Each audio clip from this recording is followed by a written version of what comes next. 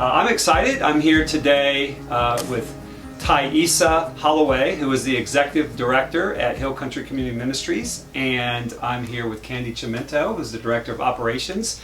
And we're just going to talk a little bit about what Hill Country Community Ministries does here in Leander and Cedar Park. And so tell me a little bit about what you guys do. So Hill Country Community Ministries is a food pantry, basic needs. It was established over 35 years ago by churches, and we've been in the Leander area, and we serve 10 zip codes in western Williamson County. So we actually serve from Liberty Hill, Leander, Cedar Park, out to Lago Vista, so we capture Jonestown, and then Northwest Austin. And we serve food. We have a thrift store, so we provide free clothing to our clients. We have holiday meals. We have a mobile food pantry, but basically the basic needs is food. And so tell us a little bit about just what the kind of needs are here in Williamson County, and then what you guys do. Okay. That is actually probably one of the number one questions that I get asked is, why are we experiencing so much growth? So as we spoke, probably the first time was when I first started here, which was late 2015, we were averaging about 350 to 400 families a month providing food, right? Prior to COVID-19, we were averaging about 1,400 families a month. So why? I mean, we don't live in a very impoverished area of the community. You know, we don't live, you know, the Williamson County as a whole does not have a high poverty rate. However, the cost of living is so high. I mean, in the last 10 years, our rents have more than doubled, but yet wages have not kept up. So a lot of times when I do presentations, and this started a couple of years ago, I mean, I stood up in front of everybody saying, I mean, how many of you have lost a job before? You know, and I've raised my hand. How many of you have lost a spouse through a death and through a divorce, and you went from 2 incomes to 1 income? You know, and I said, how many of you have made a trip to the ER? Those are the people we serve. It's very transitional. Of course, during COVID, I mean, we went from 1,400 families that first month to nearly 3,000 families in 1 month. In 1 month, we served 3,000 families with food. Then we've averaged about 22 to 2,400 families since COVID, and that's been pretty sustaining the last 5 months. So how important are volunteers to what you guys do? Well, from beginning to end? I'm gonna let Candy handle that, because Candy oversees all of our volunteer opportunities. So we normally have about 170 regular volunteers on a monthly basis. That a lot of them come every week, the same time every week. Some of them multiple shifts. And so we lost some of that a few months ago when people were afraid to come out, or afraid to, or they were vulnerable, because a lot of our volunteers are retirees. So that has been, but we got a lot of response from the community to help. And so we have continued to, even though we had to adjust how we served, we continued to draw some volunteers and pack food and get it out to the community. So now we are serving again back here at our facility. So we've got some of our volunteers back, we've got some new people, but there's always a need in the food pantry for volunteers to help just pack produce, pack dry goods, stock shelves.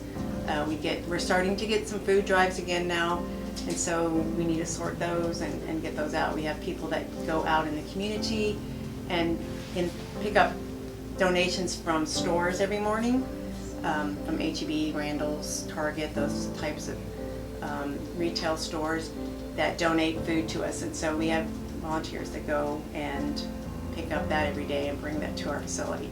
We have volunteers that do casework, and they meet with our clients directly, find out what their needs are, and either try to meet those needs with food, clothing, or household goods from the thrift store.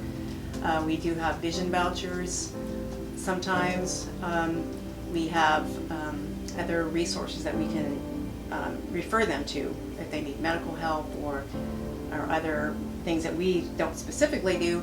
Then we can refer them to other places that can help them. And we've just recently started offering some financial assistance as well. Yeah. So that's what the caseworkers do. They meet directly with the clients and help find out what their specific needs are. And then of course we have other groups that come, like Renovate, that come and help unload trucks. We get a truck from the Central Texas Food Bank every Monday morning at 7 a.m. We have a faithful group from Renovate that comes twice a month. And we also have a truck that goes down to the food bank on Thursday afternoons and picks up additional items. So those groups are very helpful to, we couldn't unload it by ourselves, obviously. We have a staff of 5 or 6 office personnel on the facility here, but we really value our volunteers. So, Yeah. Well, I want to thank you guys for what you do in the community. It's been our privilege to get to partner and to serve with you guys. I know when we met for the first time, I was just sharing how one of the things that always struck me in the New Testament is where the Apostle Paul, he makes this statement. He says, one of the things we're called to do is to always remember the poor, and he says, of which I regularly do, and how important that is. And so you guys are making a huge difference. So for our Renovate community, I just want to challenge you guys. We have an incredible partner right here in our backyard, Hill Country Community Ministries, and they're making a difference. And there's ways that we can continue to partner, but also expand our partnership. So there's 3 ways. One is you can come volunteer with us every other Monday. We'd love your help, but also it doesn't just have to be limited to Monday. There's other ways that you can plug in and serve here. 2, you can always donate. They're in need of donations, and all that information you can find on their website. But then 3 is to give financially. As Thaisa was saying that, man, before we even started shooting this, how much more need they have beyond just what is getting donated to them. And so you were sharing just that what $25 donation accomplishes what? It provides at least 100 meals. Yeah. Just $25.